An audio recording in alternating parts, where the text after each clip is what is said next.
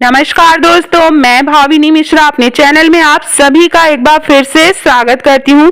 आशा करती हूं आप सब स्वस्थ और सुरक्षित होंगे। दिव्य और भव्य महाकुंभ शुभ संयोग में होने जा रहा है, शुरू होने जा रहा है। तो आइए जानते हैं कि महाकुंभ कब से कब तक लगेगा, कब से कब तक हमको कलशवास करना है, शाही स्नान की तिथियां क्या क्या होंगी और महाकुंभ से जुड़ी हुई बहुत ही रोचक बातें। 12 साल में ही क्यों महाकुंभ मनाया जाता है, इस बार प्रयागराज में ही क्यों मनाया जाएगा, संपूर्ण जानकारी आपको इस वीडियो में मैं दूंगी। महाकुंभ भारतीय संस्कृति को प्रदर्शित करने का सबसे बड़ा माध्यम है। इसके जरिए देश विदेश के लोगों को हमारी परंपराओं, रीति रिवाजों और कलाओं से के बारे में जानकारी मिलती है। महाकुंभ भारतीय संस्कृति को प्रदर्शित करने का सबसे बड़ा माध्यम है। महाकुंभ भारतीय संस्कृति को, जैसा कि मैंने बताया, देश विदेश में लोग हमारी परंपरा, रीति रिवाजों और कलाओं से जुड़ते हैं।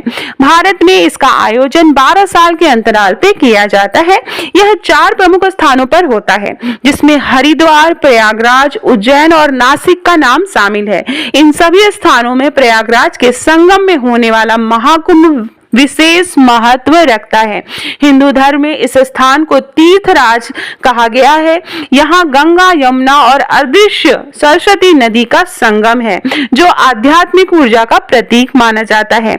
मान्यता है कि जब भी कभी प्रयागराज में महाकुंभ का आयोजन होता है तो लाखों की संख्या में लोग स्नान करने आते हैं। इससे साधक को मोक्ष की प्राप्ति होती है, ऐसा माना जाता है।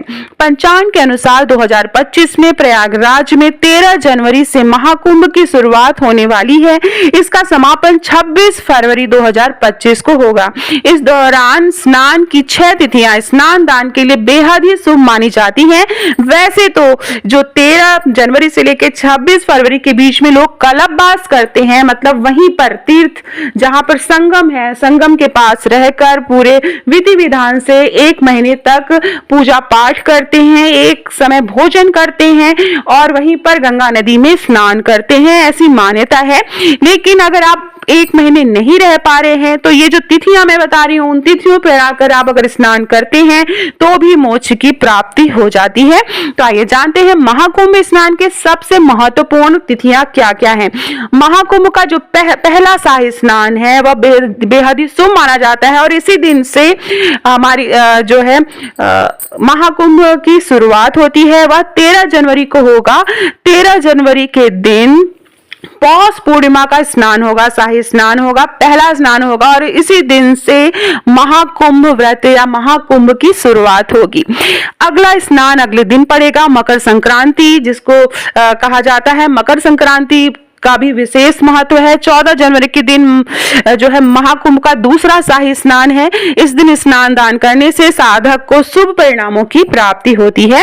तीसरा स्थान जो है बहुत ही ज्यादा शुभ माना जाता है, मौनी अमावस्या का स्नान। अगर आप कोई भी स्नान नहीं करते हैं लेकिन मौनी अमावस्या के दिन अगर आप प्रयागराज के संगम में स्नान करते हैं तो आपको जरूर मोक्ष की प्राप्ति होती है। आपकी जो भी आपके पाप हैं वो दूर होते हैं। तो तीसरा शुभ स्नान मौनी अमावस्या के दिन है, वह 29 जनवरी को होगा। माना जाता है कि इस दिन महाकुंभ मेले में स्नान करने से साधक को मोक्ष की प्राप्ति होती है और इस दिन ही सबसे ज्यादा भीड़ जो होती है वह प्रयागराज में होती है। मौनी अमावस्या के दिन मौन रह के स्नान किया जाता है। जैसे जब से आप सुबह उठेंगे उसके बाद मौन रहना है जब तक कि आप स्नान नहीं कर लेते हैं। चौथा स्नान 3 फरवरी को बसंत पंचमी का स्नान होगा, शाही स्नान। इस दिन स्नान करने से जो भी आपकी समस्याएं हैं वह दूर हो जाती हैं। 5वां शाही स्नान जो है माघी पूर्णिमा के दिन होगा, 12 फरवरी को है। माघी पूर्णिमा का स्नान है वो 12 फरवरी को है। इस तिथि पर स्नान करने से मन चाहे फल की प्राप्ति होती है, ऐसा माना जाता है। साथ ही साधक के जीवन में खुशियों का वास होता है। तो ये माघी पूर्णिमा का स्नान है वह 12 फरवरी को रहेगा। छठा और अंतिम स्नान जो है वह महाशिवरात्रि के दिन 26 फरवरी को है। इस दिन उपवास रखने से और महादेव की, भोलेनाथ की पूजा करने से महादेव की कृपा प्राप्त होती है, ऐसा माना जाता है। तो ये संपूर्ण स्नान की जानकारी है। मैं इसका जो है फोटो भी एक लगा दूंगी, आप बैकग्राउंड में देख सकते हैं मेरे वीडियो में। प्रयागराज में ही क्यों लग रहा है इस बार महाकुंभ, इस बारे में हम जानेंगे। ज्योतिष शास्त्र के अनुसार जब भी गुरु ग्रह वृषभ और सूर्य मकर राशि में होते हैं तब महाकुंभ प्रयागराज में आयोजित किया जाता है। पंचांग के अनुसार यह स्थिति साल 2024 में बन रही है। इस कारण से जो महाकुंभ का जो स्नान है या महाकुंभ जो है वो प्रयागराज में आयोजित किया जा रहा है। आइए जानते हैं कि 12 साल में ही क्यों लगता है महाकुंभ, 12 साल बाद ही क्यों लगता है महाकुंभ। तो पौराणिक मान्यता के अनुसार समुद्र मंथन में प्राप्त अमृत कलश को लेकर देवताओं और दानवों के बीच युद्ध हुआ था।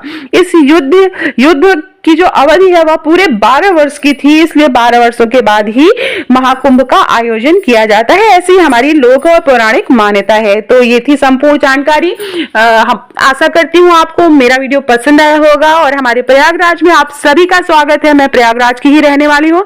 तो बहुत बहुत धन्यवाद ये वीडियो देखने के लिए। अगर आपको महाकुंभ से जुड़े हुए कोई भी सवाल या कोई जानकारी चाहिए, माघ मेला क्षेत्र से कोई जानकारी चाहिए, तो आप मेरे चैनल पर मेरे कमेंट बॉक्स में आप जो है संपर्क कर सकते हैं। बहुत बहुत धन्यवाद ये वीडियो देखने के लिए।